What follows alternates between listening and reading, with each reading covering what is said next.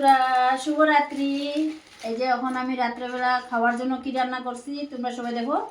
এই যে আজকে বানাইছি পনির মখনি। এটার মধ্যে তোমার টমাটোর, পেঁয়াজ, কাজু, কাঁচা লঙ্কা, রসুন, আদা এটাকে প্রথমে ভালো করে বয়েল করে নিছি। বয়েল করে এটা জল ফালাইয়া তারপরে ওইটাকে মিক্সিতে দিয়ে ভালো করে পেস্ট বানায় নিছি।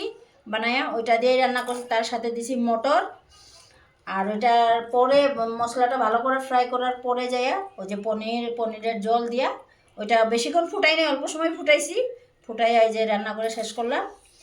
তোমরা সবাই দেখতে থাকো। আর তারপরে বানাইছি এই যে বেগুনের বড়া। বেগুনের বড়ার মধ্যে দিছি কালি জিরা, গুয়ামুড়ি, তারপরে সাদা তিল দিয়া বেগুন বড়া করছি।